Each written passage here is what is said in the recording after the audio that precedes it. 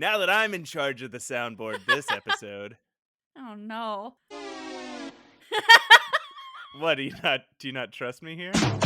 Oh my god. This What? is terrible. What's terrible?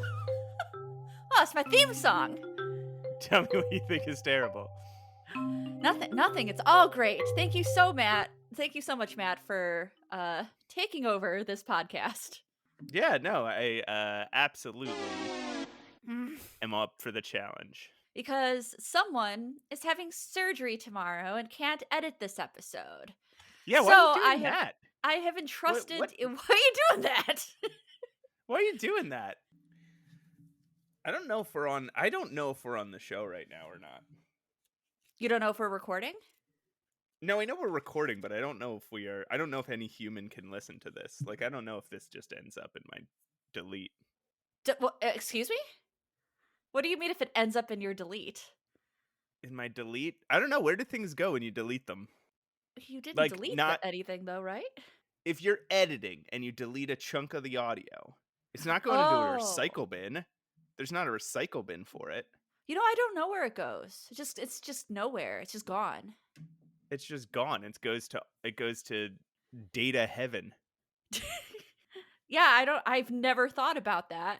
You're blowing my mind right now. Where does it go? So yeah, somewhere out there, there's just this like abyssal void where it's just all the throat clearing and bad jokes and like accidental hate speech that every podcaster has done over the past 15 years. That's amazing. It's all archived somewhere. It's all it's all in some CIA server. Let's start the show.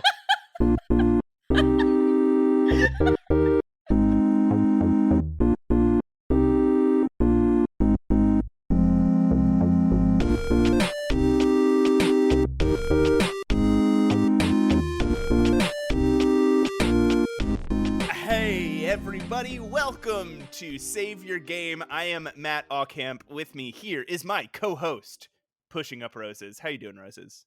I believe my name is Special Kitty Cat. Pushing Up Roses. I believe that's what we landed on. Special Kitty Cat. I don't like saying that. That doesn't feel good in the mouth. It doesn't feel good. I feel getting negative feelings from that, actually. I don't have a nickname. Hi everyone, I'm Pushing Up Roses.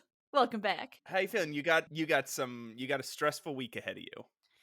Yeah, I mean, stressful, is that the word for it? I don't know. I am having my final skin removal surgery, which has been like, if anyone's been following me, I have a whole video about it. It's been like an 8-year long like process. And this is the very last one. And the first one I had was the worst. Like I would rather get tattooed for 8 hours than do that initial surgery I had. It was just that painful. I don't know if it was painful as much as it was very stressful.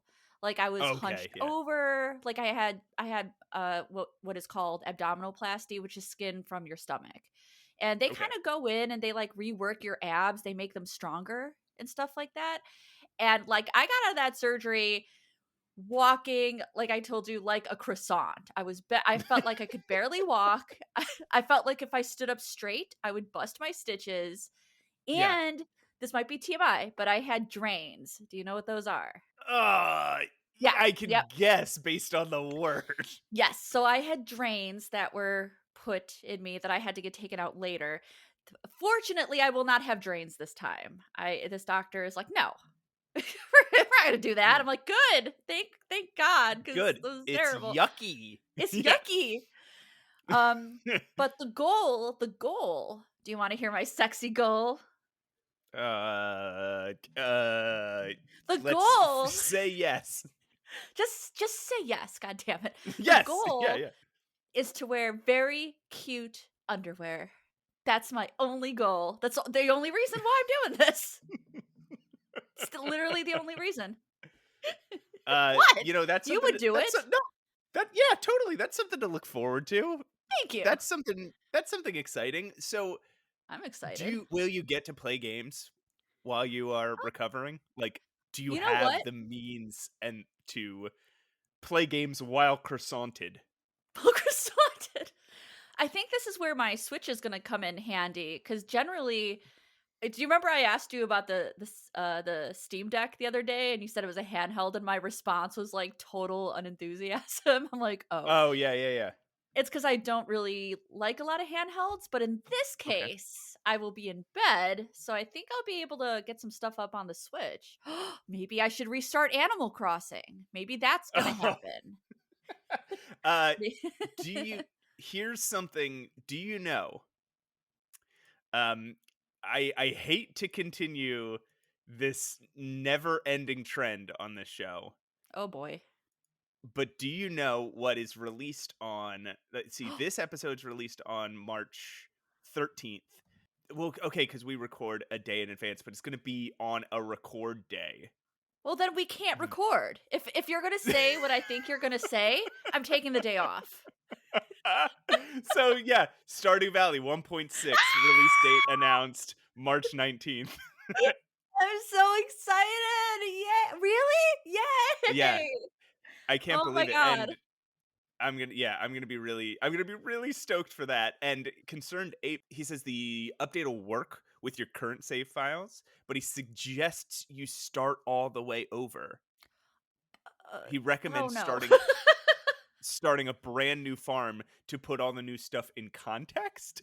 And he Okay. says you may even want to start with a new farm type. Damn, I wish I hadn't done that like just a few months ago. I redid it. I know. Damn In it. preparation for this update, you started a new farm, and now he's like, Ah, hey, that gotta was a grow the bad idea. gotta grow the melons and get the fucking Yeah. parsnips. Oh god damn it. Have you gotten it down to a science again? Man, I really hope that people listening to this have played Stardew Valley and so don't absolutely hate when we talk about this I think everyone has played non-adventure Stardew game Valley. on the show.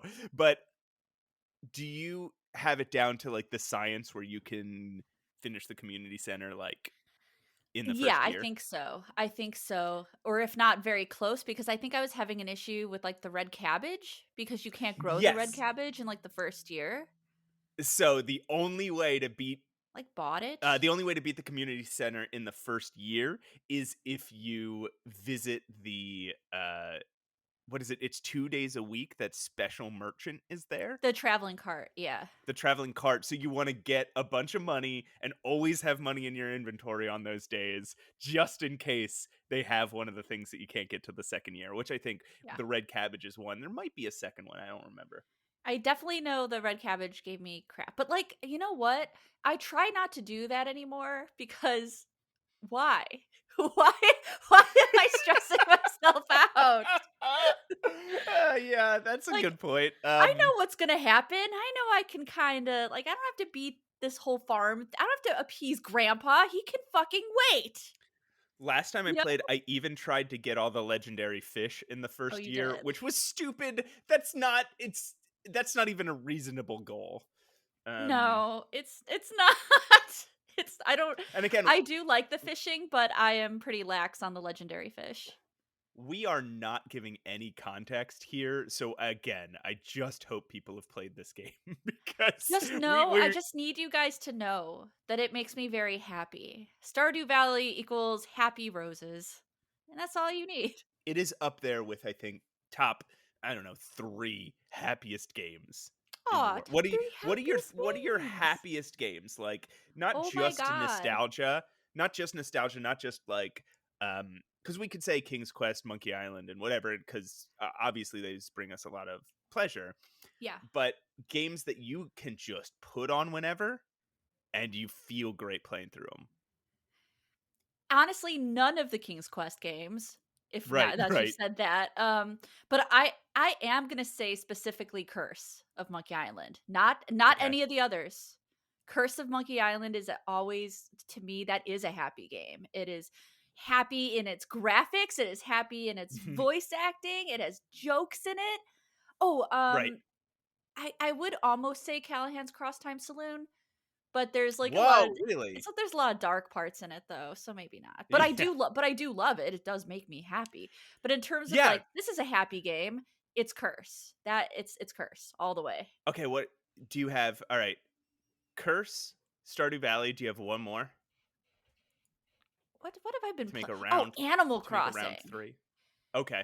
Animal Crossing is nothing but like bubbliness and happiness and helping Yeah. people, and it's like, this is so pleasant. This is just very Yeah. pleasant. I don't know that any of my top 3 would be adventure games, to be honest. Like, they all have Yeah, I mean, two adventure of mine are elements, kind of but stimulation, you know. yeah, because I'd also say Stardew Valley. Um, I would say Pokemon X and Y, Oh, that's the either one of Pokemon games are a those. good one. Or you know what? I'm gonna switch that out with Sun and Moon. I've played Sun and Moon like 7 times. Like I could Damn. just start that game and I feel good about it every time I play. Um, and a short hike. Have you ever played a short hike? No, but I know about it, I think because of you. I think you have told me about this.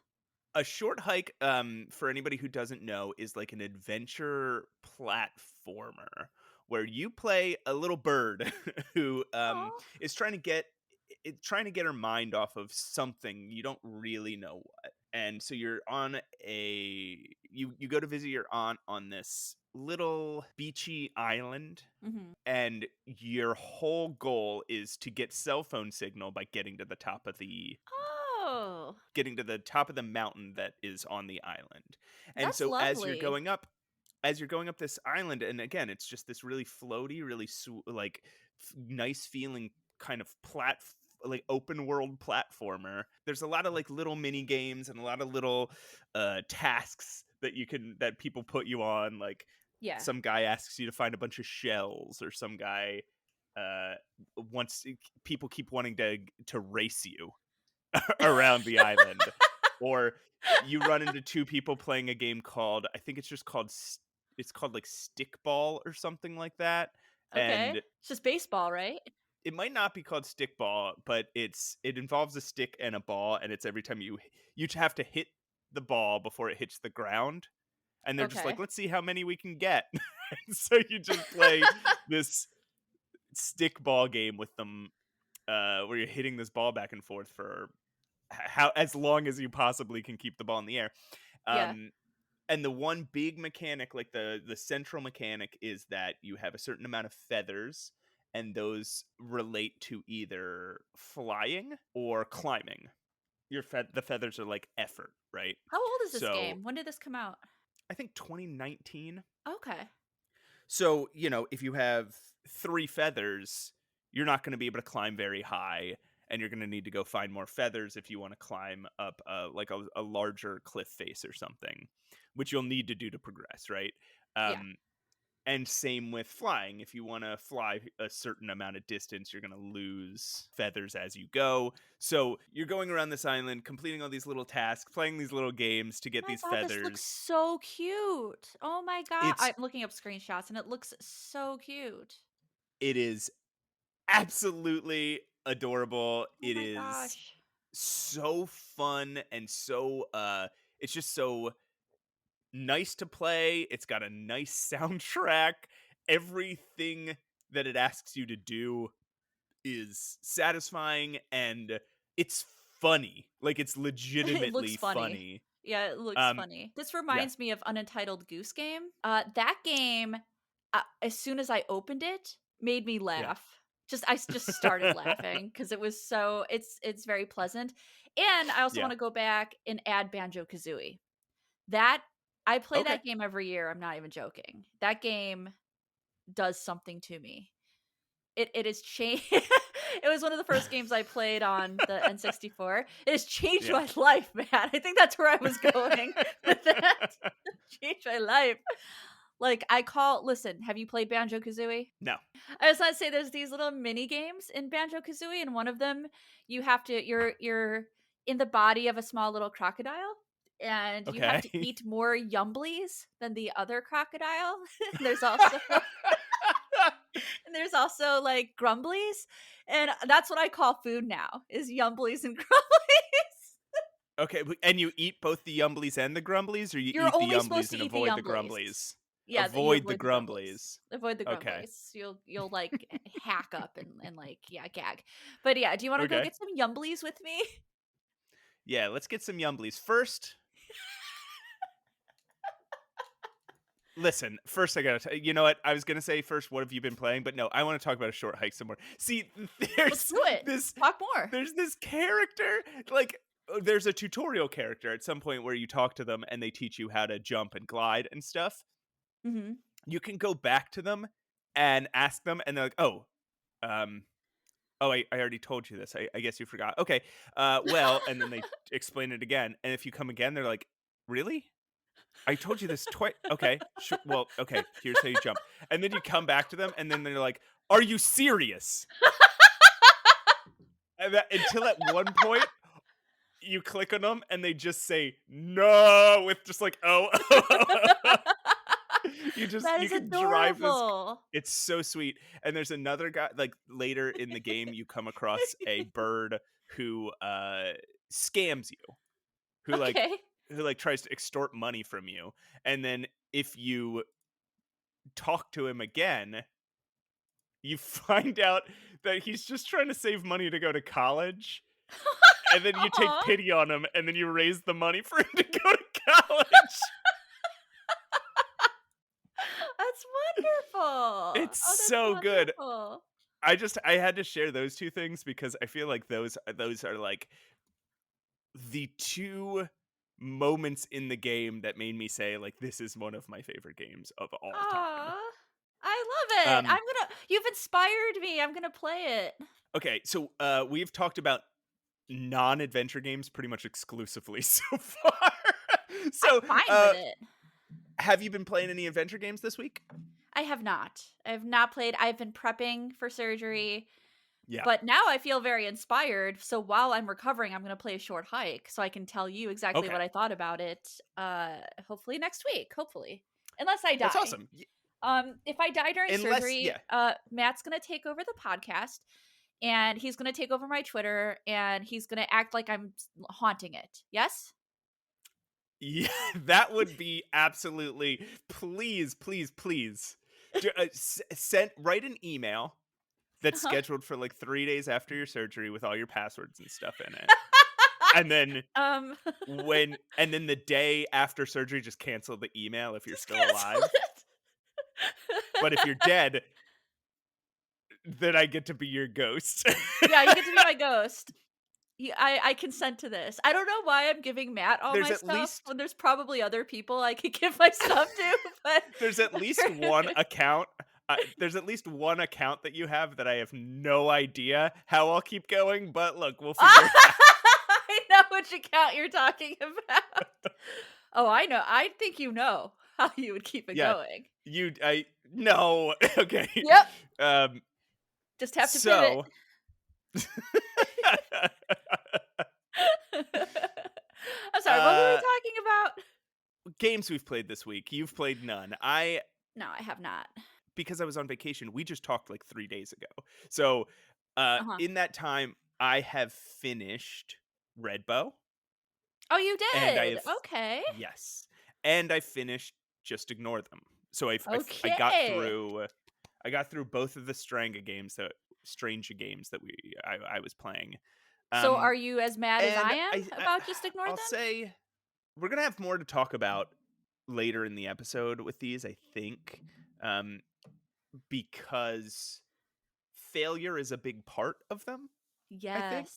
Red Bow definitely like has a loop, and in each loop you make choices. Some of those choices just restart the loop, like you made a wrong choice, you just restart, and some of them you keep going and you don't really know that you made the wrong choice. Ugh. Um Ugh. Now you can beat the game, but there's three endings. There's like a good/bad ending, there's a bad ending, and there's a good ending. Now, here's a thing that's puzzling to me about Red Bow, and I'm gonna have to do some research on this because I reloaded every time I made a bad choice, Okay. just because I wanted the achievements and I wanted to see the full game and see what would happen when I made the bad choice. So it's like Yeah. when I figured out what the good choice was, I would go back, make the bad choice, and then reload my game and then do the good choice, right? Yeah. Um, I got to the end of the game and I got the exclusively bad ending. I got the ending Oh, that it is no. 100% bad choices. Oh, And so it's no. like, I don't know if and it again, it seems like just a little RPG Maker game. So I don't know how it Yeah. would be this complex. And the game is full.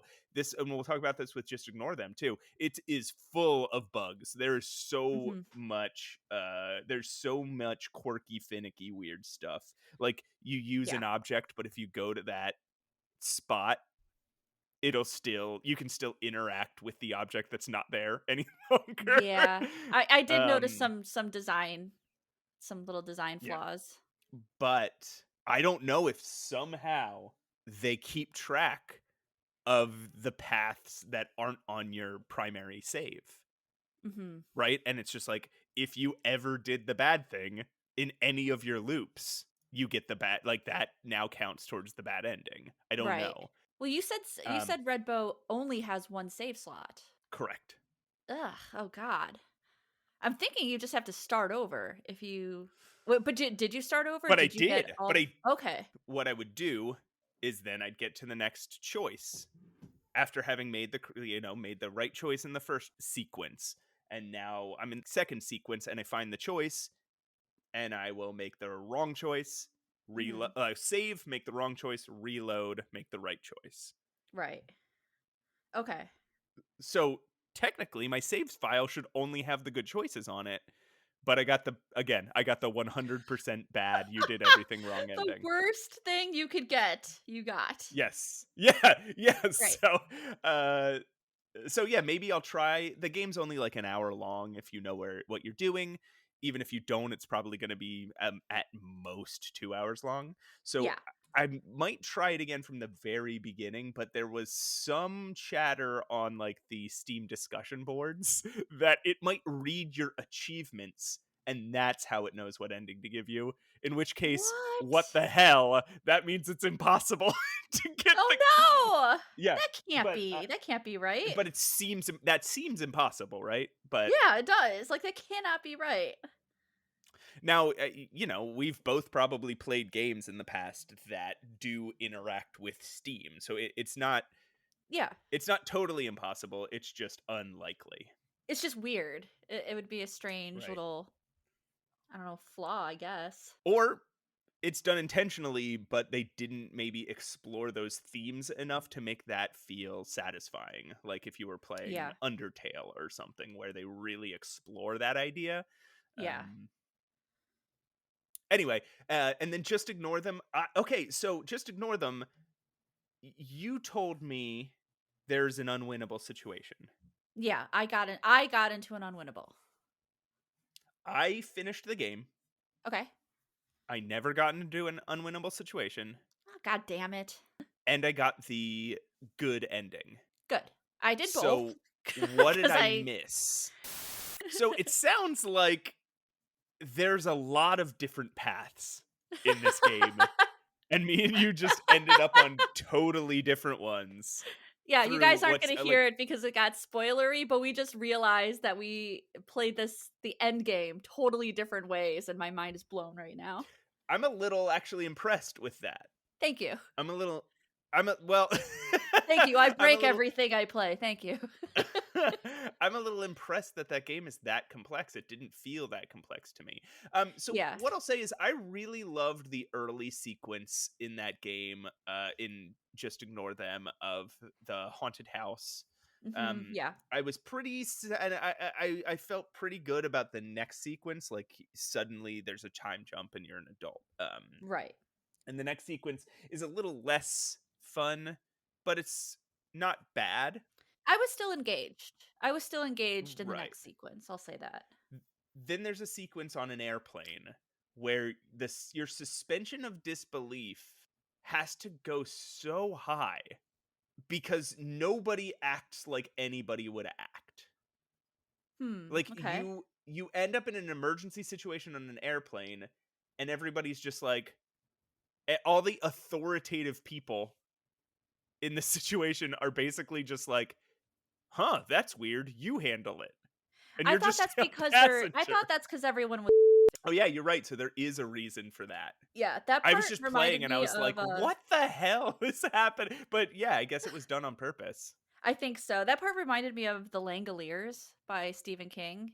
Uh Okay. where I don't know if you've read or seen it, but if you haven't seen that movie, it's gold. Please go watch it. Where there's a group of Oh, people on a plane and gold doesn't suddenly play in my sorry, gold doesn't play in my VHS player. wait, in your VHS player?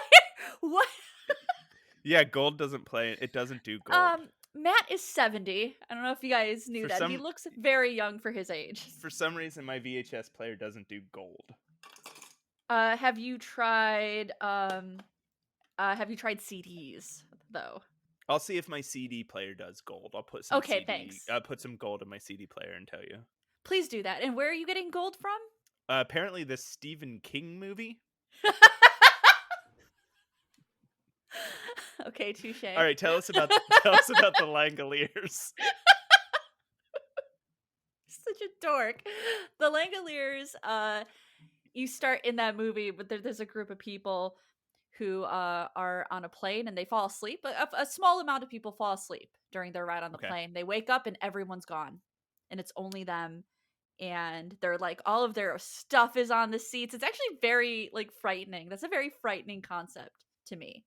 And then it goes off the rails, but it's Stephen King made for TV. What can you do? Right.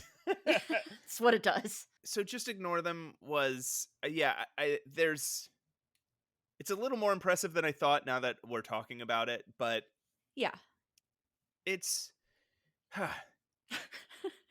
there's definitely good thing. I would suggest if you find it on sale, give it a try. There's definitely some really interesting concepts in there. There's definitely does some very interesting things, but there are definitely some pretty big flaws. Yeah, I think the first time I talked about it, I'm like, it's a bit like finicky. There's some things like Finicky design is the wise. word. Yeah, finicky. Yeah. But I got it on sale for like $2 and worth it. It was worth it to me for $2. Hell yeah. Yeah. I think I got it for like $4 and I still feel like it was worth it. So nice. So Roses. Yes, Matt. I want to talk to you about the concept of yeah, I would love to talk to you. Can we do that? Yeah, we can talk. Okay. You know what I want to talk to you about? Yeah, what's up? The concept of failure in adventure games. I am so down for talking about that. I am mentally aroused just by hearing about it. Okay, all right. I'm gonna play Swanky Maximino, and then we'll come. Well, which is my favorite game, and then we'll come back in a second. Woohoo!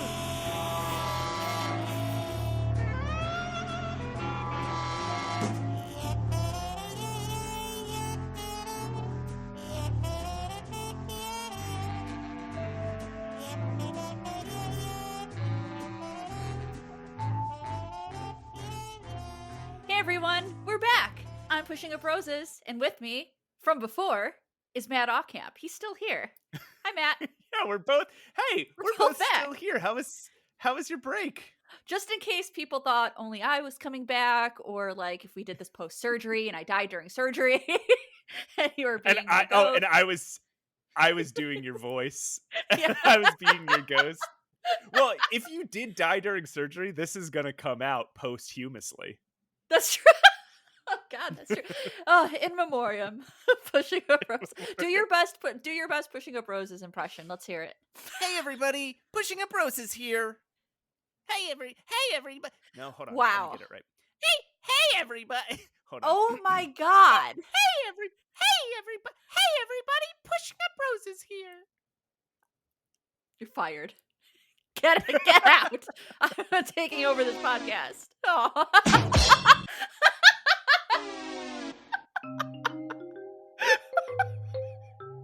Hey everybody, Pushing Up Roses. Okay, so it does. I mean, honestly, with that background music, it kind of like is. Yeah, I was like, oh yeah, that is me. How was your break? Did you enjoy your little break? It was good. I disassociated for a little while, and then I came back. Very cool. Yeah. You know, depression. I found some nail clippers and I started stabbing myself in the hand with them. Why would you do such a thing?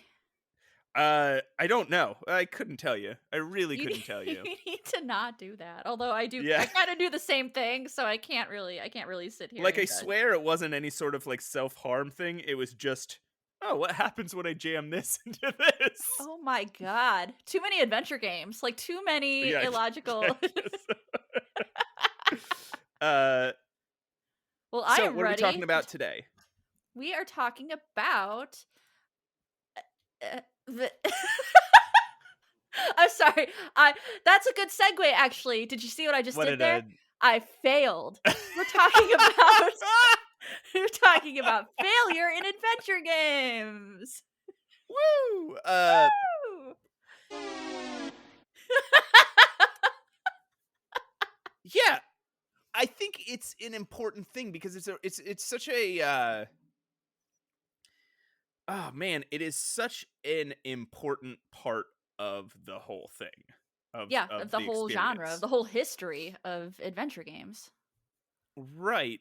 I think it's why most people can't play old adventure games Yeah. is because of the high consequence value of failing. Yes. And now granted they were I know a lot of people say that this is just designed very poorly when in reality games like that, those really intense hard games coming off of like Colossal Cave Adventure, they were done like that on purpose. Roberta Williams kind of went on record and said she loved Colossal Cave Adventure so much. It took up all of her time. She loved it. She loved kind of that failure aspect of it and writing notes. Yeah, But that went into King's Quest because that's what she liked about it. she loved the fact that I think we're going to need to give some context here, but yeah, she loved the fact that in order to succeed at Colossal Cave, you had to just fail, Mhm. try different things, start completely over, spend hours and hours and hours, like spend this is the thing about these old adventure games is you would often have to spend 40 hours playing a game that had about 3 hours runtime. Yeah, or less even sometimes, just Yeah, ridiculously short games. right. Um I do want to. So, do you mind if I step all the way back and kind of give a context to what we're talking about here? Yes, what should we call this segment? What? The I context don't know. segment.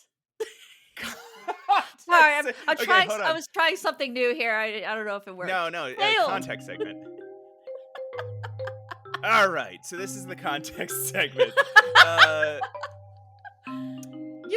adventure games are like a blind cat. Sorry, that's the name of this That's the track. name of Uh, this. I, adventure games, like I think, have two rewards, and tell me if you feel differently about this. But I think there are two major rewards to any progress, any challenge in an adventure game. The Mhm. one reward being more story. You Mm. overcome a puzzle or you find a new area and you get the next piece of the story, right? Yeah. The other is that Sherlock Holmesian aha moment. That Mm. feeling of, oh my god, I'm a genius. I solved this puzzle. So you're saying one is like very tangible and it's like this is the progress that's being made and that's my reward is the progress. And the other reward is more like mental, like I am the best. I, Is that what I you're am the saying? smartest person. Well, because that's adventure games. You're role playing. Okay, in an action game, you're role playing the toughest guy, right? Yeah. Or woman, or person, or non-person, right?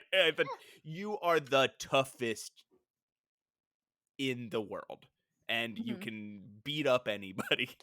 In And if you can't beat them up, you're going to be able to beat them up by the end of the game. So, Yeah. but in adventure games, you are a genius, right? You are the only person that can solve all the problems and answer all the questions. Even Mhm. if your character's a complete idiot, they are undoubtedly the smartest person in the entire game because they're the only one who can put all this stuff together. Yeah. So it to me, that's like, that gives you a really personal connection, right, to the game. Oh, Is yeah. like, you are driving that bus, you are making this story happen, your brain is the catalyst towards any progress, Yeah. right? Rather than, say, an action game where it's just like, you're like, you almost get the sense that the game continues around you as you die, right? Yeah. Yeah. um and you're gonna try 1,000 times, maybe, in, say, if you're playing like a Dark Souls game, right? You're gonna Yeah. try 1,000 times over and over and over again to be a person who can survive in this world, but the world continues without you. In an adventure game, you are, if you're not there, there is no world, right? Or there's a world, but it's a world that just is in complete stasis and nothing ever Yeah. changes, and the same dude stands on the street corner wanting you know wanting a password or something for all eternity. I'm just, like, thinking about the world of King's Quest 6 and how many things would not change, and it would be so depressing. Yeah. Yeah. I mean, that lamp Yeah, guy think would of, never sell any lamps. I feel bad for him. or that, like, eagle or whatever will just keep swooping through the same section of forest over and over and over with no Oh, one to yeah. grab onto his talons. Oh, his life is meaningless. The thing that causes, right, in a Dark Souls game, you can play that boss, again, literally 1,000 times, but when you beat that boss, you're gonna feel like a champion. You're gonna feel Mhm. incredible, like, oh, I finally got good enough to do it. Yeah. But in adventure games, you have basically one shot at that aha moment to, like, oh, I solved it. And if you do that wrong, it feels bad, right? Yeah, it Like, feels bad. if you just try every inventory object with every other one and finally something works, you're not like, that rules. You're like, oh, God. Yeah. Like, okay, fine. I guess I saw, like, you feel like an idiot who just stumbled. You're an idiot stumbling through the world. You're not the smartest guy in the room anymore. I mean, I feel better about combining everything with everything versus and then getting it versus god damn it, I have to look up a walkthrough and then I see Right. the answer and I'm like, such an idiot. I can't Right. believe this. Well, Yeah, to me, it's trying like anti-enthusiastic. right, to me, trying everything with everything is like if you were Sherlock Holmes. So, to continue the Sherlock Holmes metaphor, you're Sherlock Holmes, you're at the parlor scene, and you gather everybody together and you detail painstakingly this long series of um ca- uh you know causes and effects, and you're Mhm. like, and that's why it has to be Margaret. And everybody in the room looks at you and they're like, nah, it wasn't Margaret. And you're like, okay, uh, then I know what happened. And then you do this other long series of that's why it's Jared. And everyone's like, no, it wasn't Jared. Like, It's like the movie Clue. right? It's, yeah. So to me, that's the problem that adventure games have been wrestling with since their inception, right? How to get people to have that aha moment, Yeah. um, without, and feel smart. Yeah. And I gotta say, it's And gotta be so difficult as a dev because even in these like dream logic puzzles, it yeah, clearly made sense to them. You know what I right, mean? Like somebody came up with this puzzle and it clearly made sense to them. And in that moment, you probably feel like, well, I figured it out. So the player can right. definitely figure it out because I did. Right, right. Sometimes, okay, so I did comedy for a number of years, and I did sketch comedy for a long time. And one thing that we would discover, we would come to our sketches by coming up with like a funny a scenario we thought was funny, and then choosing characters and then improvising the scene over and over and over, and like narrowing down jokes. But one thing that we would find is sometimes, like, on run through number 30, we have now written jokes about jokes that we cut. Yeah. Do you know what I mean? And so now Yes. there's things that we think are the funniest things in the world, but because nobody else was there for the and we used to have to like stop and talk about these things like, okay, hold on. This is the Yeah. funniest thing to us, but the audience doesn't know all the context of it.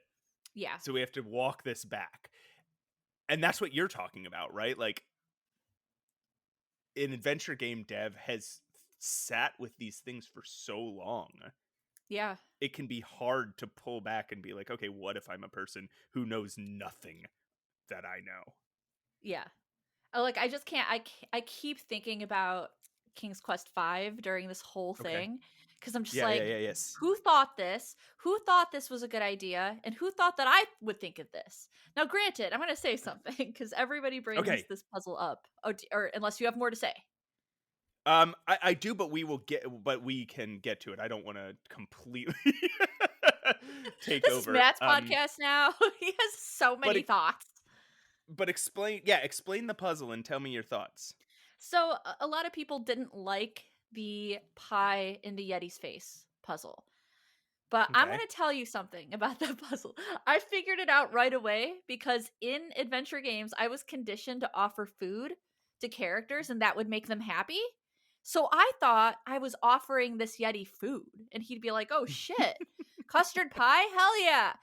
And instead, obviously, I threw it in his face and killed him, which, much to little wee Rose's surprise, was like, what? Yeah, I just, yeah, yeah, yeah. I just want to give him the custard pie.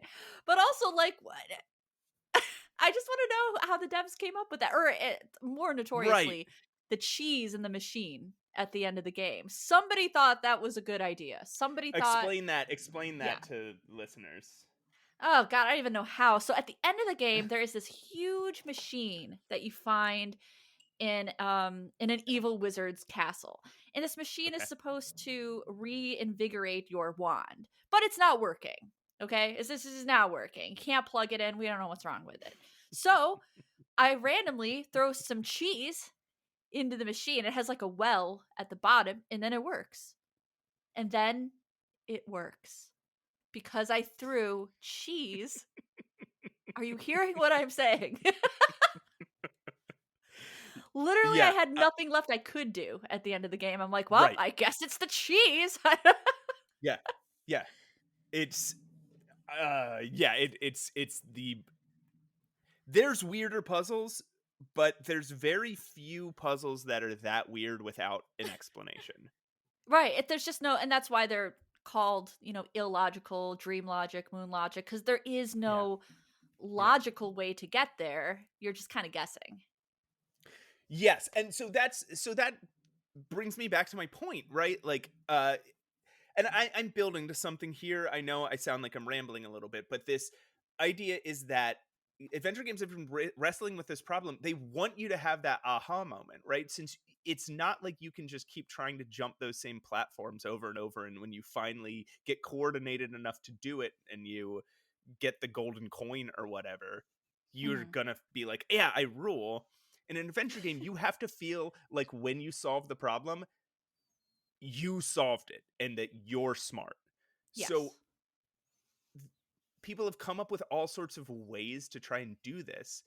And one of that one thing that a lot of developers have thought to do since the very beginning is trying to figure out ways to discourage just random guessing. Right. To make sure you don't stumble upon that answer by guessing randomly, they have they make consequences for wrong guessing. Yeah. For wrong guesses. And one of those, the worst example of that probably is this dead end that we've talked about on the show Yeah. so Dead much. end, unwinnable. Yeah, where Yeah. dead man walking scenario where you have made a mistake 6 hours ago and you have Six. no idea you made that mistake. And then suddenly you're just like, why can I not figure out nothing I'm doing is working? Yeah. Because you didn't know, like we've talked about this in previous episodes. You didn't know you were supposed to throw the boot at the cat instead of the stick at the cat. Right. Um, One of my like the most egregious ones, and I kind of talk about this in a very old video, is King's Quest 6. And keep in mind, in general, I do like that game. I feel by the time they got to King's Quest mhm. 6, they weren't actively trying to make puzzles that made sense. You know what I mean? There was King's Quest 5 was just the king of this moon logic, dream logic, Yeah, and I think they knew that. And so King's Quest 6 kind of they did try. They tried to have the characters give you hints. The characters were very clear on what they wanted. You know, one wanted a book. You could others like wanted just things that made sense for their story. But there is yeah, a puzzle in there. It's the bump on a log, stick in the mud puzzle. right. So you get a wonderful rotten tomato in your inventory. He talks, by the way. Everything's alive in King's Quest Yeah. 6 for whatever reason. It's like the Muppets. Everything's alive. Mhm. And this tomato's alive and he's grouchy. And you come across, you just pick him up and you bring him in your inventory. Now he's your little buddy. You come across a bump on a log and a stick in the mud. They're separated by a swamp and they're also both alive and they are fighting. I don't know why. They just are they're having a qualm. So Right. I talked to Bump on a log. I'm like, should I maybe I can throw this rotten tomato at your brother and that'll like wake him up. And Bump on Right. a log, he's like, I don't know if a human like you could do it, but I'm like, you know what? That's not enough of a deterrent for me. I'm gonna throw this tomato. I throw him. Yeah. I don't make it, and that's it. You cannot progress. You need Right. and it doesn't seemingly I guess you could like sense that you did something wrong. You can like assume, but maybe not though. Maybe ro- it's so sad because if you do that, Rotten Tomato like sinks. You never see him again. Yeah. I think he Yeah. died. I mean, he must, right? Like, Just like, like sinks. yeah, yeah, But here's what you actually have to do. You have to give the tomato to the bump on a log, which is so infuriating because once you offer it, he sprouts arms. He never That's he's why I never had to had give it arms to him. before. Yeah, yeah, He didn't have arms. He's a correct. log.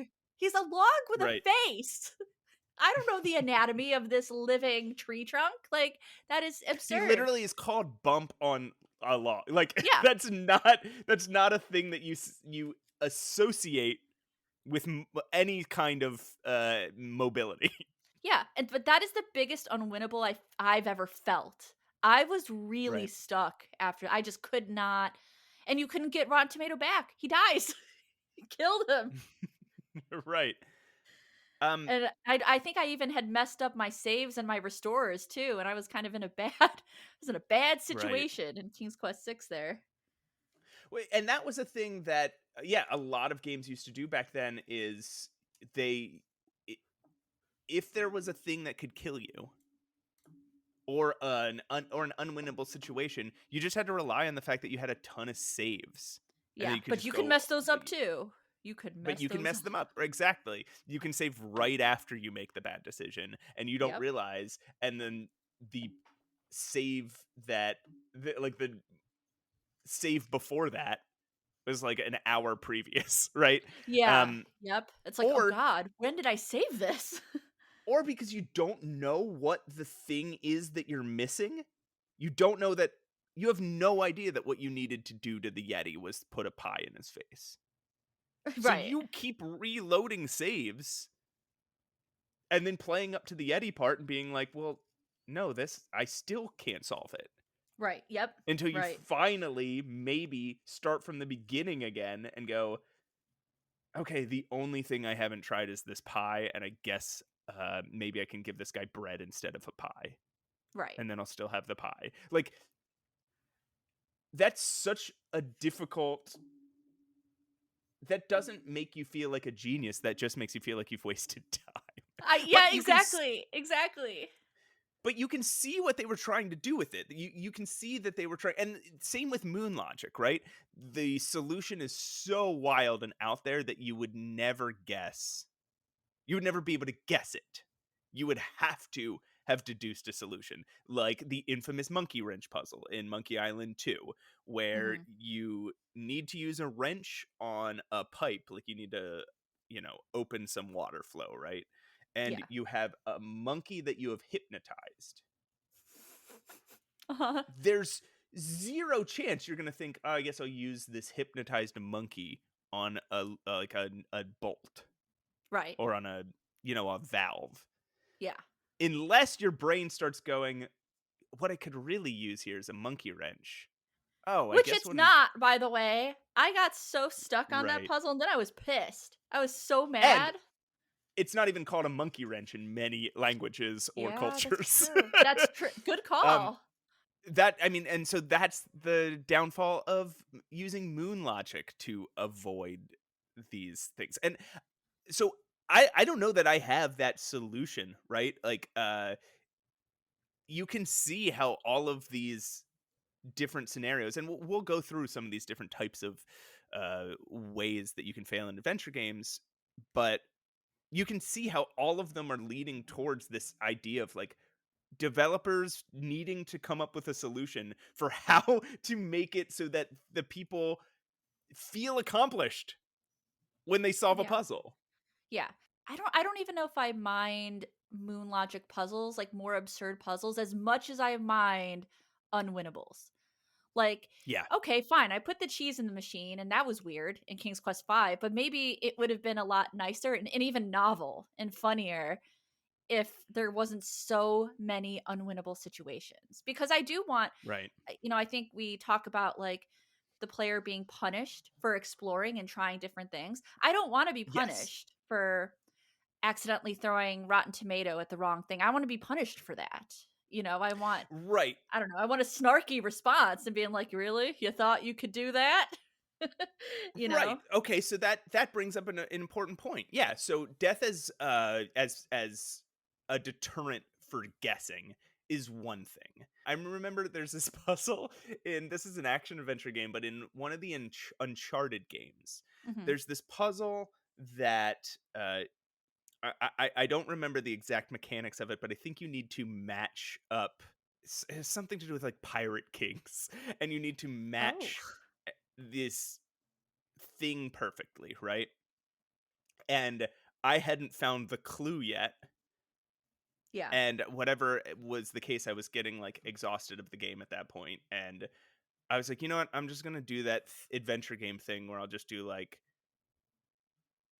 that guessing thing where you're just like, okay, 1112, 1113, 1114, Yeah. 1115, 11 or 1121, 1123, 2, whatever, right? Yeah. This game had predicted that some people might do that, Oh, and okay. they and say there is 90 combinations you could have done, right? They let me get to like 85, and then Nathan Drake, if you click on it, says, I guess I don't have enough information yet.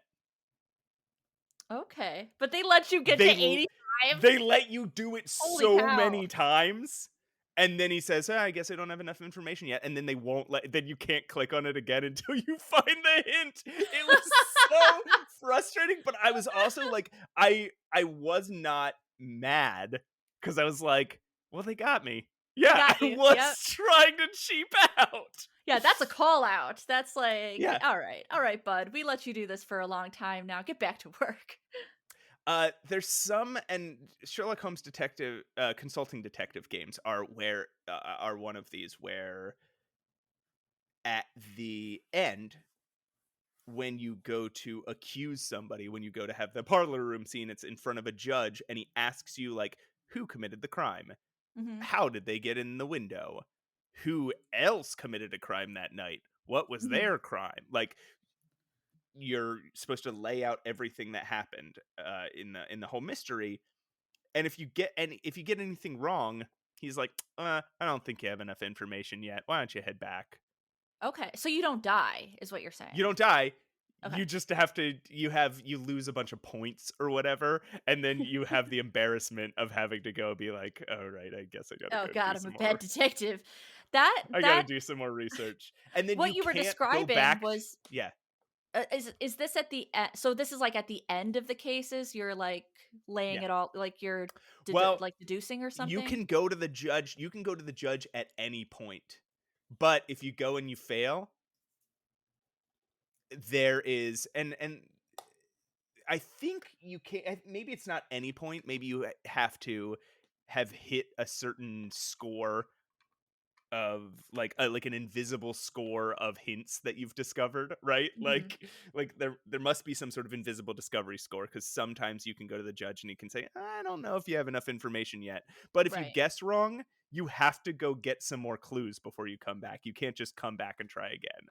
If Right. you come back right away, he's like, I think you need more information. Like it's so much, like it's so like humiliating, but But because I you're like, like that yeah. though. I like Me that too. because, like, Yeah. you're describing a mechanic that they kind of use at the end of Dagger of Amon Ra. You are Okay. interrogated basically by the coroner. Because you're playing Laura Bow, you're playing a reporter, you've collected all this evidence, right? So you are now answering questions about who Mhm. killed who and who did what.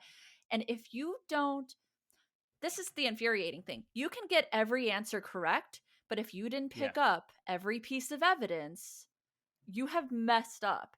And you can't go back. You can't go back. You will get the bad ending if you mess that up. And Yeah, there's some yeah, I don't know that I do like that. Like that is similar. That almost seems like the bad way of doing the thing that yep. Sherlock Holmes Consulting Detective did in the good way. Yeah, Like, that's why I'm like, "Oh, I yeah, kinda like that they give you another chance," because Laura Bow does not give you another chance. And it can be something as like, "Oh, you didn't put this shoe in your purse." You have to have collected every single piece of evidence to back yeah, up what you're saying. And if you get it wrong, then the killer goes free somehow. right. Even though you've answered every question right. If you didn't have that Yeah. stiletto in your purse, if you get every question right but no evidence, the killer goes free and you die. Wow. It is a Yeah, bad ending. there's definitely, and I do want to talk about multiple endings in a minute, but I think the other side of this coin that you were just mentioning a few minutes ago is when you try to punish people for guessing, you can accidentally just punish people for trying things, for Yeah. exploring. Like your example with the bump on the log and the rotten tomato Yeah. from King's Quest 6.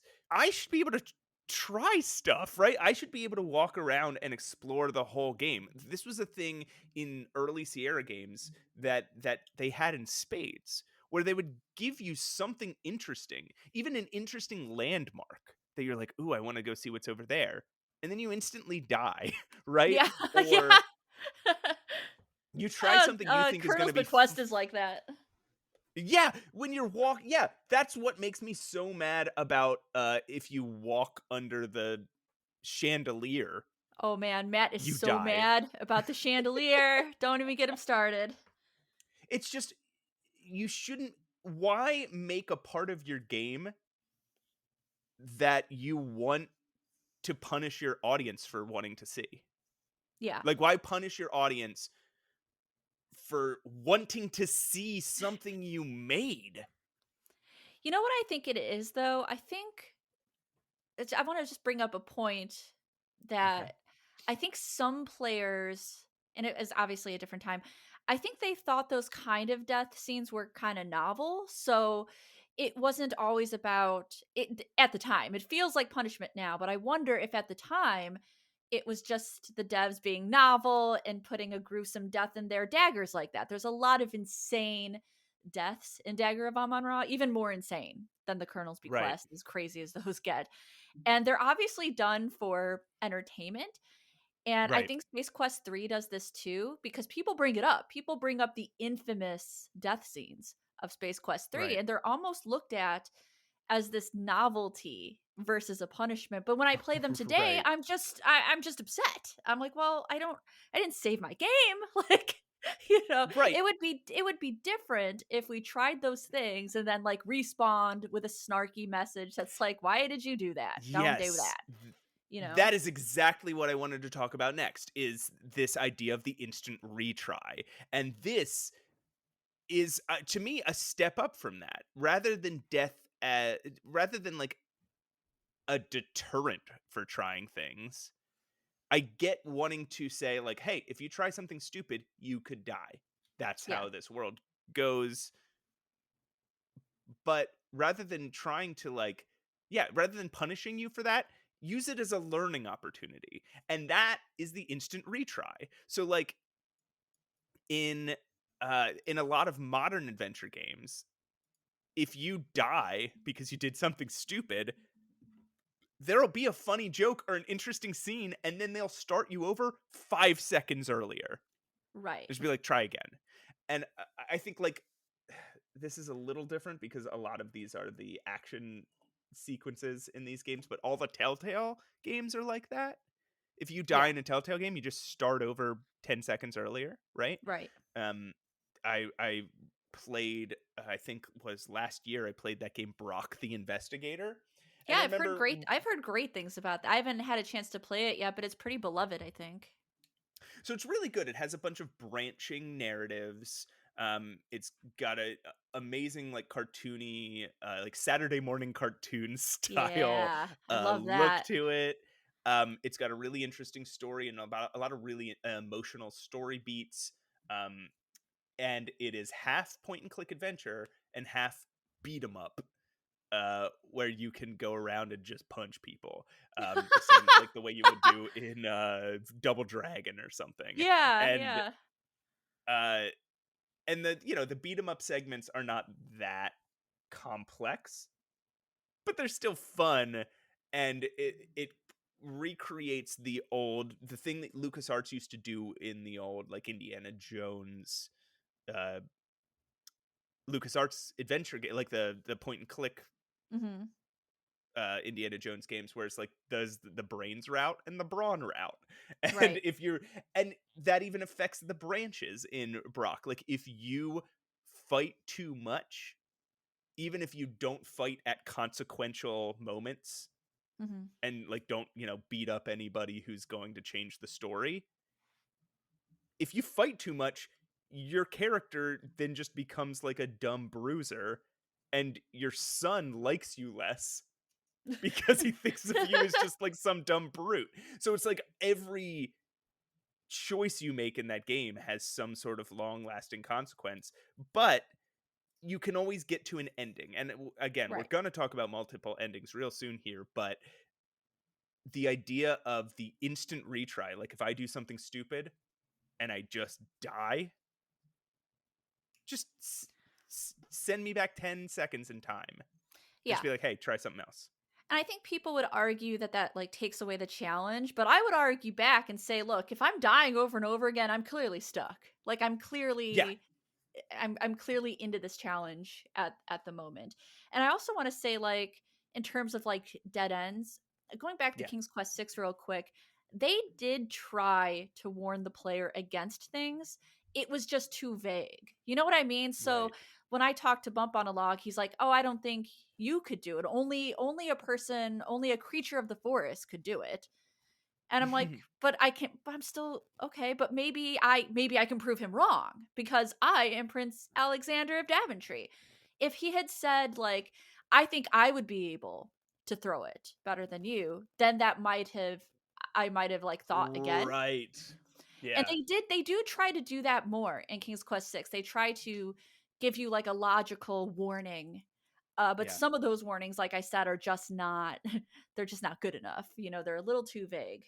And I wanna argue back against something that you brought up, that you mentioned that a lot of people would say that the instant retry, right, it removes the challenge. Yeah. I think like I don't get that point, right? Because either way, you've now learned you shouldn't do that thing. Yeah. Either way, you've gotten a lesson. It's just about time now, right? Right. If you learn not to use fork with electrical socket, if you use fork with electrical socket and you die, and then you have to reload a save from 4 hours ago, then you have to replay those 4 hours. Yeah. If you use Yeah. fork with but the thing you learned is don't use fork with electrical socket. If it reloads you 10 seconds earlier, it's the same lesson. Yeah. and that doesn't even mean that you solved the puzzle. That just means you did something wrong and the game is like sparing you and being like, well, here's the consequence. Don't do that. This is wrong, basically. Right. This is the wrong solution. It doesn't mean that you know what to do. It doesn't mean that you don't get stuck, you know? Exactly. An intellectual challenge and drudgery are not the same thing. Yeah, for sure. And I know some people do like that. Like I said, Roberta Williams Right. loved that. And when I first got into adventure games, I started with King's Quest 3. I did too. I liked that mechanic at that time. But Right. now that I know it doesn't have to be like that all the time, Right. I could have different things and different consequences, and it's just the evolution of the technology, you know? Yeah, that was also a world where you would buy one video game every 2 years. And so Right. you better like you wanted games that had these challenges, even challenges that weren't fun Yeah. because you wanted to keep playing that game forever. Oh, I played King's Quest 3 for years. For years. And I did like it, but now I have I don't know how many video games I'm supposed to be playing at this point. Um Right. now even Especially now that we're more, doing for the this podcast. this podcast, it's just like, oh, okay, I finished a video game, and instead of being like, okay, now I'll go read a book, it's like, no, I better pick up another video game Yeah. very quickly because I need something to talk about. Guys, I didn't eat this week because I was really trying hard to finish this game. No, we love this. It sounds like we're complaining, but we love doing it. Oh yeah, we do. No, we love this podcast. Yeah. So multiple endings is something we've brought up a bunch so far, Yeah. and that I think there's a bunch of ways to do that, right? Like there is, like you were saying in Laura Bow, there in Dagger of Amon Ra, there's a good ending and a bad ending. Yeah. And a lot of games have that, It's actually two bad endings, which is wild to me. But yeah, go on. Okay. In the Stranger games that we just played, right? They have good endings and bad endings based on what you choose, what you do during the game. But there's many games where like discovering all those multiple endings is part of the point or part of Right. the fun. And I think, for example, um BROK the Investigator that we just talked about, like discovering all those branches is part of the fun. Right. You they even at some point show like this big web of all your decision points, and it's Yeah. covered in question marks. So it's not like it tells you what you should have done different, but it shows, you were traveling this path and then you took this branch. Right. And so somewhere around there something you did had a consequence that took you down a different path. And you don't know exactly what, but discovering all those branches is one of the reasons I what BROK was like a 6-hour game or something, and I think I played it for like 40 hours. Like I just Holy kept going crap. back and being That's like, well, granted, I reviewed amazing. it for Oh, okay. a website I used to write for. But I just kept going back because I wanted to unlock every single ending, Yeah, I just had a thought because you brought up multiple endings. And I think Yeah. like the OG is probably Clock Tower, which came out on the Super Famicom. You can Okay. obviously emulate it now. It's one of those early adventure survival horror games. And Mhm. there's so many endings. There's like S through H or something like that. And Right. some of them are good. Like half of them are good, half of them are bad. But man, I actually really did want to get through those endings. They were so intriguing to me, you know? Yeah, especially early on when there wasn't that wasn't that big of a thing. Like multiple endings in games were often like how many characters were cheering for you and the final screen rather Yeah. than rather than an actual different ending. Yeah.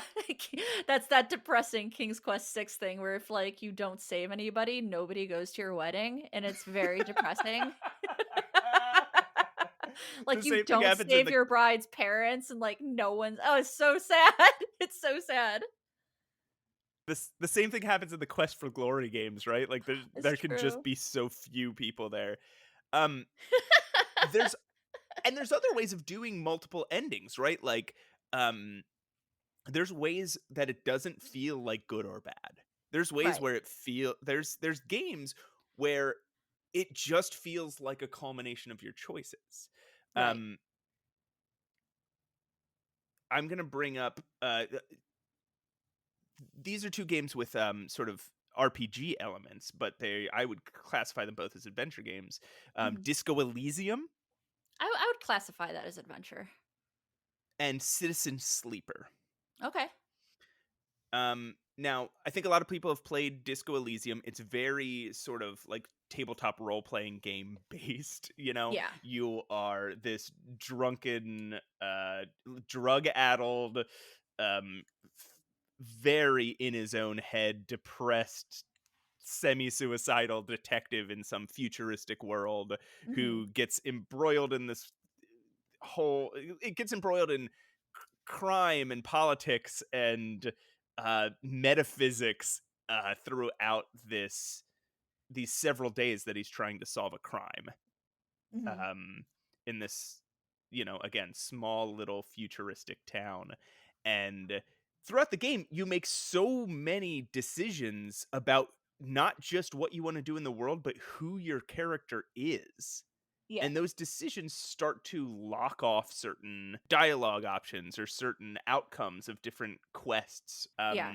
And by the end, you're going to, he's going to end up a different person at the end of that game based Mhm. on what you do, and all of them feel true. So does that make you anxious though? Is what I want to know. Uh, Does the fact ab- that you know that you're doing certain things and you're not quite sure how things does that make you feel a little bit anxious? Absolutely, because Okay.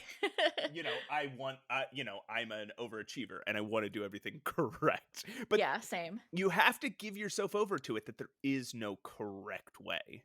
That you are just building a story along with the game, and the game has you. The game is telling you, hey, no matter what you do, we're like, trust us. We've got Yeah. you. Yeah. Um and so Citizen Sleeper is also a game that has like it's also a futuristic world. It also has RPG elements. Now, uh the mechanics of this game, some people call this like a life sim, but I think of it as an adventure game because like a life sim, you're going through day after day after day, and every day you start with a certain number of die, Mhm. and you roll those dice, and you might get 3 1s and a 5. That Mhm. means you're likely going to fail at 3 things you try to do that day and succeed at one. Right. So, you know, you then put your dice rolls to different actions you want to perform that day, right? Mhm. So you might want to put your low dice rolls towards something kind of inconsequential and your high dice rolls towards something very consequential. Um, and there's other things like how exhausted you are reduces or increases the number of dice you have. Mhm. So that's the mechanics of this game. There's a lot Yeah. more complicated pieces of it. I wonder if that mechanic kind of even lessens your anxiety of choices because once you like make a dice roll in a Hmm. tabletop, that it is what it is. And it's not Yeah. I think those kind of decision makings are interesting because it's not that you didn't have full control of it. If that makes Right. sense, like the dice is in control to a certain degree.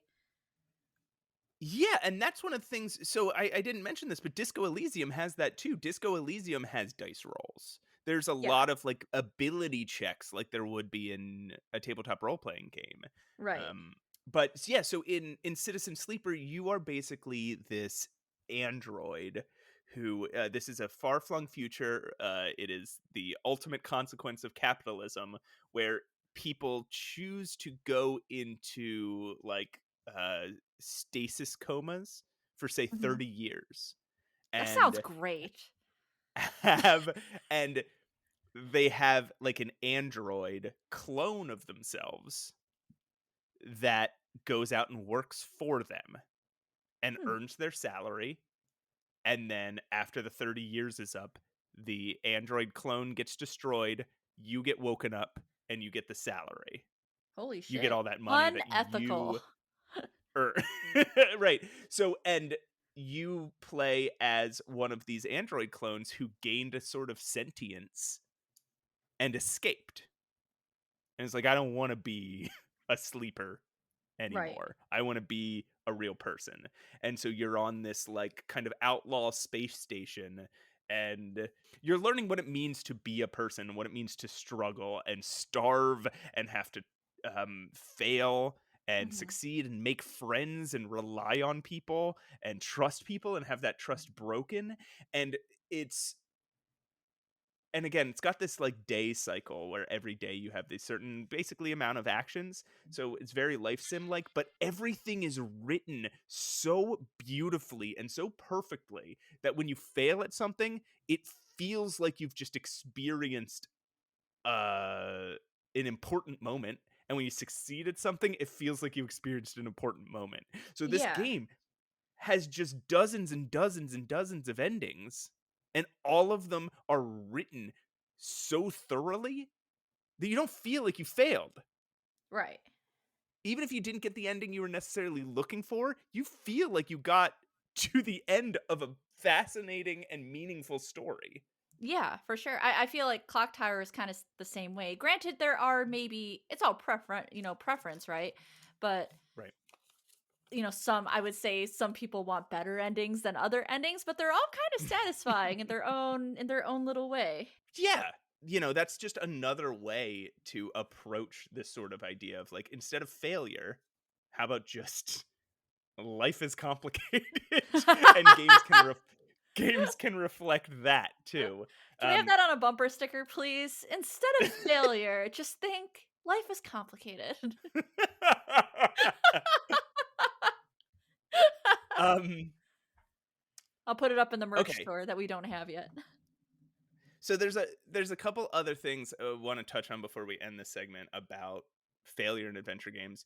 There is some other ways we were talking earlier about like death as a learning experience. Mhm. Um, and how technically that's the case in like the old Sierra games, but you might part of that learning experience might be repeating the same actions for an hour that you had just done. Yeah, correct. Um, and in modern games, there's the instant retry. Now, there's other sorts of things like short, like if you die, but short chapters or levels where when that happens, it doesn't feel like that bad, right? Okay. You have an example? Um, yeah. So there's this VR game that I played. It's on Oculus. There's 3 of them now, and they're called it's the I Expect You to Die series. Okay. Um and it's like a James Bond pastiche where you are a secret agent, um and you have this British man, in your headset just giving you Nice. missions and telling you what to do. Intrigued. Going to play. Yeah. Do go on. And it's first person, and you keep finding yourself in these situations that are basically like little escape rooms, right? Like you are you're pretending to be a window washer outside the secret villain's lair where they're making poison that they want to put into the city's water supply or something. Mhm. And so you're washing windows, and then you need to break in, and you need to solve all these basically escape room puzzles to neutralize the poison. And then somebody notices you're there, and they attack you, and you have to like have a contingency plan for that, right? Like that sort of thing. But in all of these levels, you're just gonna die 100,000 times. Right. Not that many times. You're gonna die a dozen times per No, level. 100,000 times. I hope you guys are ready for it. It's a very long You don't game. you don't you don't have to die. Technically, you could beat the whole any level perfectly if you got a little lucky and you were very very observant and quick on Sure. your feet, or quick on your brain. You're sitting in one spot. It's VR. Not everyone is like you, Matt, who is jumping around and being strong and lifting things while playing while playing adventure Yeah, games. I play VR while I'm running a 10-mile marathon. It's kind of guys, I've seen it. I don't have any footage of it or pictures, but it's Mhm. fucking amazing. It's pretty cool. So, um, so there's so many times in this game where something happens you don't expect, and you're in a situation, you start panicking. You're like, oh my god, this submarine is filling up with water. I have no idea what to do. What do I do? And you start just like kind of like you're in VR, so you're just like throwing stuff around, and it's just like you drowned. But Nice. you only lost like 4 minutes of your life. You know what I Yeah. mean? You start Yeah. over again, and then you're like, okay, now I know when I do this, the window's gonna break and the water's gonna come rushing in. Or, Yeah. oh, I know when I open the glove compartment, there's 7 grenades in there. So I better either not open the glove compartment or have some way to catch 7 grenades before they Right. blow me up. So, like, that is another way of using death as a learning experience, right? Like, you without being that frustrating. It can be Right. funny, it can be interesting, and it doesn't have to. Yeah. I do want to say I do think that the retro games that they can be looked at as both novelty and punishment. I definitely Right. think if we didn't have those, we wouldn't evolved the way that we did. I think Right. games like Sierra that did the snarky death scenes were definitely a proponent of doing exactly that. They were just more punishing at the time than novel. Um or maybe they were again novel at the time and now not novel because we have no time to spend on adventure games. Right. But I will say it's kind of it's hearing you talk about like the consequences, those novel consequences. It's like, oh yeah, that's kind of how it started, is with novel consequences that were just less merciful. That's a good point. Yeah. And if you had 100 save slots, if you're very good at saving, then it would feel a lot like I just described when you Yeah, died. for sure. Mhm. And you'd just laugh and you'd just reload your save and you'd be, Yeah. yeah. I just want to say there is no excuse for not having unlimited save slots these days. I know we talked about it last time, but I'm still mad about it. No, there's no limit. Yeah. There's Do you no know how limit. do you know how much space I have on my computer? I How can much? have, yeah. Tell us how much. Uh How much space do you have? hold on. Let me check real quick. Like a buttload, it says here. Oh, Buttload. dang. That's official sizing. A Yeah, buttload. I bought a buttload hard Oh, drive the nice. other day. How And much did that cost? How much did that run you? oh, uh 1 metric fuck ton, Okay. Because I was thinking about getting an ass which load. is a new. Okay, yeah. Well, this is a new type of cryptocurrency. Oh, God. the metric the metric fuck ton. Ah, I'm gonna invest it. Gonna be rich. Oh no, do not invest in this. No, please We're do not investing. invest in the metric fuck ton. It is a bear market. Don't listen to us. We give bad advice. Yeah, can you imagine after all the stuff we talk about on the show, somebody being like, "Ooh, financial advice." Yeah, Like, I think I'll invest in Dogecoin. That sounds logical. um so there's one other example, right, of death as learning that I want to talk about, and it's sort of similar to like the short levels thing, and it's Mhm. the idea of time loop games. Yeah. That's more I feel like you like those kind of games where I'm just like, "Fuck this." I just rage quit immediately. I kind of really do like those types You of games. do. Um, there's bad ones. Like Oh, sure. there's there was a bunch that came out the other like a couple years ago. Um, I'm thinking it was like Deathloop, which I didn't play. It's not really an adventure game, but it's also not one that I was interested. But anyway, Deathloop, Forgotten City, 12 Minutes, like a ton of these all came out all at once. Yeah. Um, the only one I really loved was Forgotten City. Okay.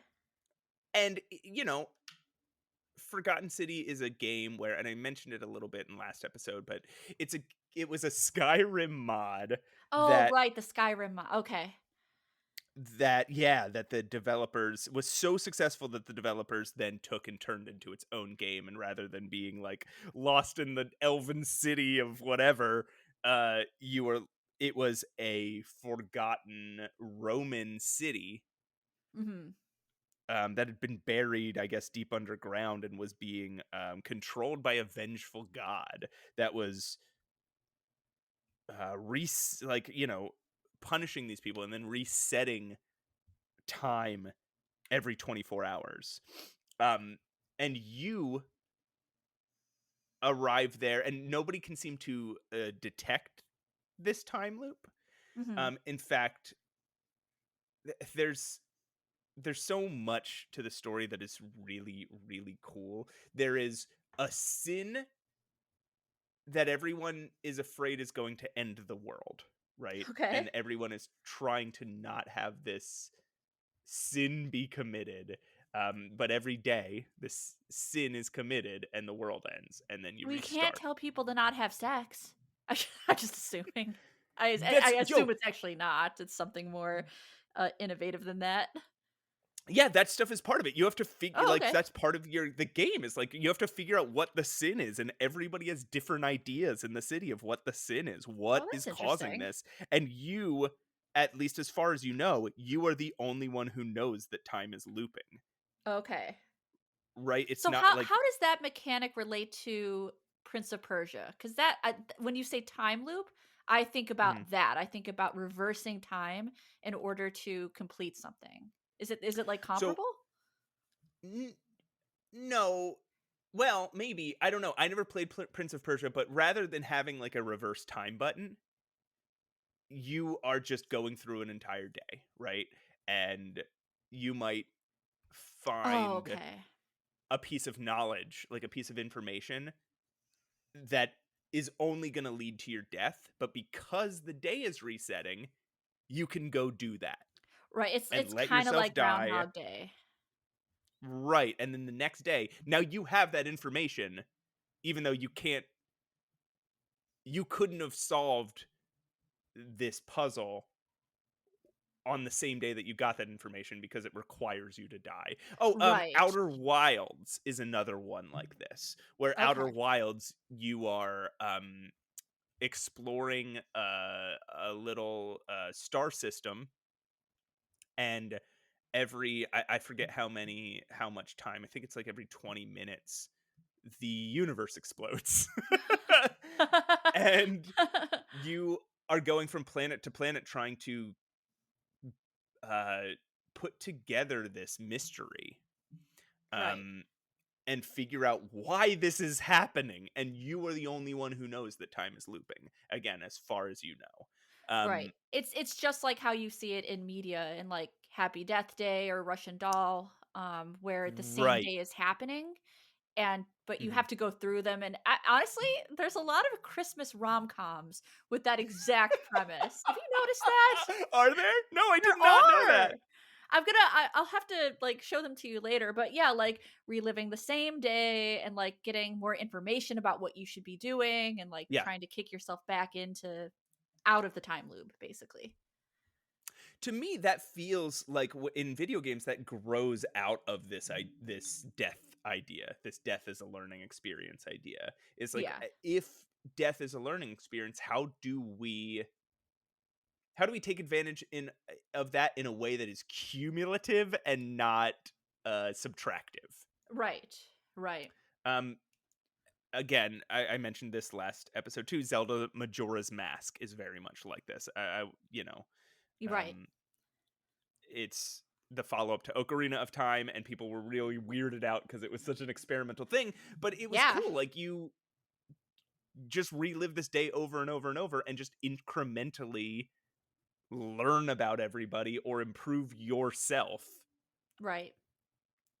I Um, do wonder, like, now, because now that we're actually talking about it, and since I like that in other media, I wonder if I would. I wonder if I should like revisit this and play some of these games you're suggesting, because I like conceptually I like it. It's just, you know, as well as I right. do, that when it translates into, when it goes into a gaming, it can become redundant. You know, not everything can translate into an interactive thing.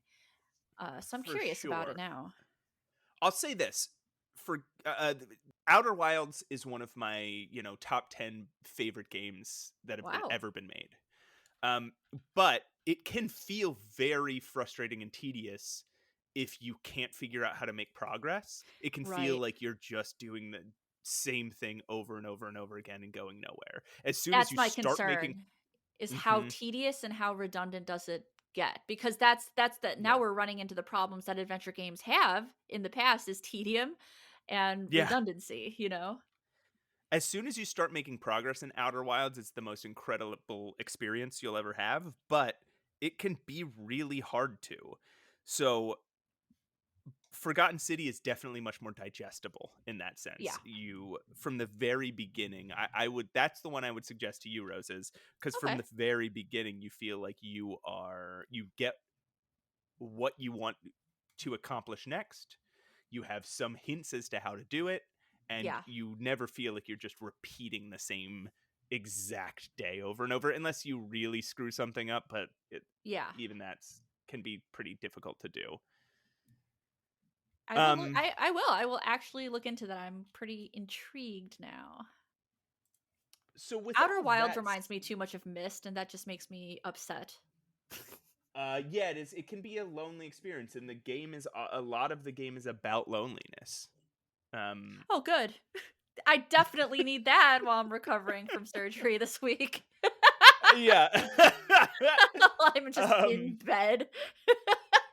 yeah, feeling the loneliness of the infinite aspect of time and space I'll start playing it. You're gonna get a while you're call, sitting like in a bed phone call alone. from Yeah, me, being like, I'm you're so lonely. I'm playing you're Outer screaming and Wilds. sobbing. Everything is ending. everything's Just everything's so far away. death comes All for us all. all existence is just all existence is space. Um, there's it's It's gonna just be bad. void with particles in between. I'm gonna be like hopped Uh, up on painkillers. It's gonna be yeah. great. You can record it. I consent. I consent to recording my nonsense. So, all that said, Roses, Yes. how do you feel about the more sort of common adventure game trend? Uh, ever since LucasArts sort of perfected this style Hmm. of just no death and no dead ends, and you can't.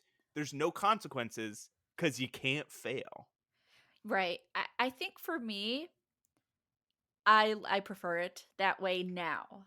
You know, Mhm. because we need things to keep changing. You can't listen to the same style of music over and over and over again. You can't eat the same food over and over again. Well, maybe you can. There's one guy that said he ate Big Macs like every day. I don't know if I believe him, to be honest with you. But like we're saying, it gets tedious to do those same things over and over again, and we have so many games to play. It's not necessary for us to buy one game and just really chip away at it over years, kind of Right. like it used to be. Now everything is so much more accessible, so I want more accessible experiences, you know, that being said. And I, like I said, I don't mind being, I don't want to say punished, I don't mind there being consequences to my, to whatever I'm doing, to my exploration, to my bad, to ideas I know are a bad idea. You know, like in Dagger of Amon Ra, if you touch all the weapons, yeah, they'll fall on you. And I do that because I know it's gonna happen, right? So I don't mind that so much. Why are you snickering at me? That's like, But Roses is so weird. I I, I think it's just, Is that not a funny scenario? It is what no, it is funny. Okay. It is funny. So, I don't mind getting a novel consequence as long as I don't have to go backwards 4 hours. But even more Right. so, I wanna know if I did something wrong. I don't have time to to chip away on these games anymore. And like I think Yeah. those games of the past, they have their place. I think they're iconic and I still like them. To be honest, like Yeah. I'll boot up Right. King's Quest 3 right now. Let's go. Let's do it. Let's go. Try and stop her. But like in terms of today, I want accessible experiences for people and I want different mechanics. I don't want to keep doing the same mechanic over and over again. And I think we've shown in this podcast that there are so many awesome mechanics and games just for everyone, based on what your preference is. Right. Yeah, because again, it is a difficult puzzle to solve as a developer. Like how do you make that experience of that aha moment Yeah. feel authentic?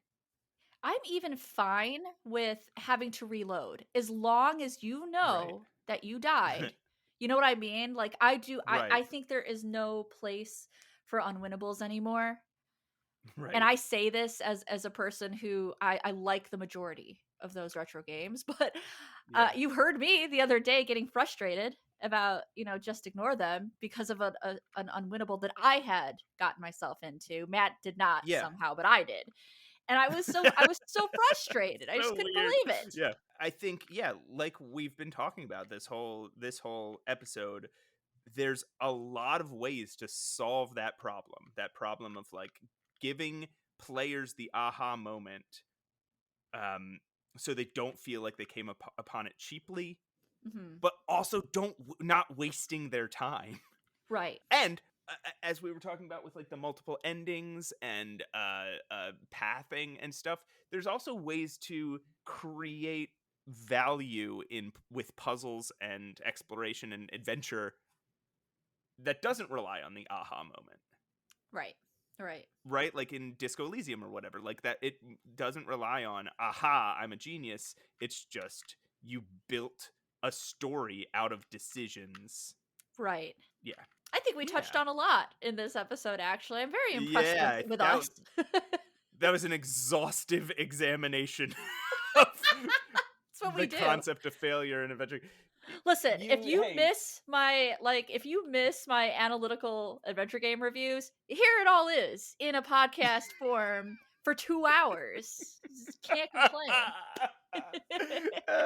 but yeah, I'd love to you know what I'd love like an adventure game developer to listen to this and just like be like, nah, wrong. Nah. We put all that thought and work into this exact thing, and they're like, nah, that's not Yeah, wrong. I don't think Nope, so. I don't think I so. don't think Bye. so. No, I think a Well, lot of modern devs are probably on the same page. all right. Well, we have talked about this for a very long time. I'm gonna swanky Maximino, my favorite game, it up, and we'll come back and say goodbye, everybody. Okay.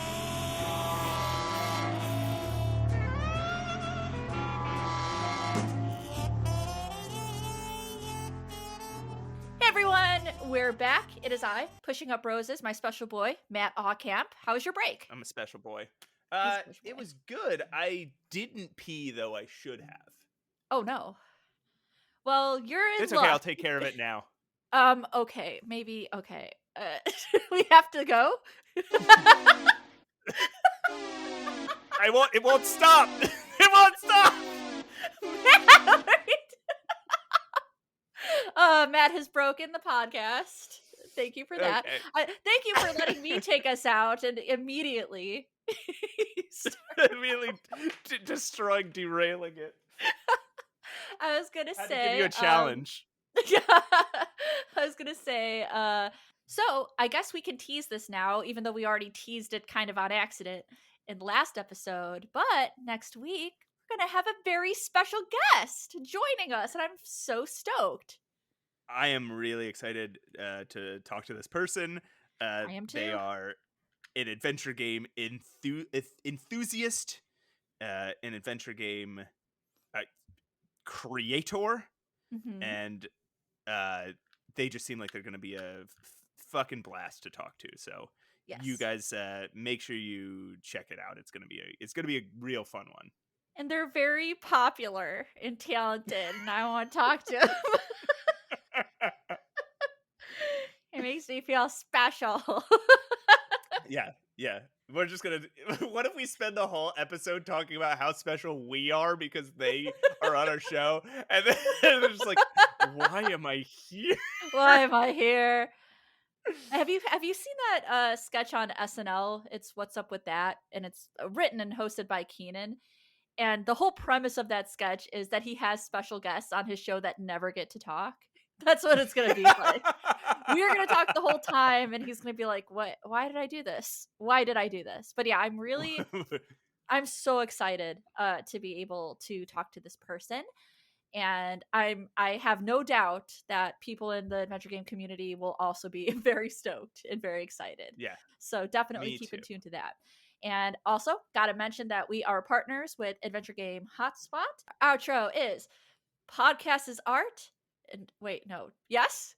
Wait, no. Yeah, Yes? Podcast yeah. is art. Art is suffer. Yes.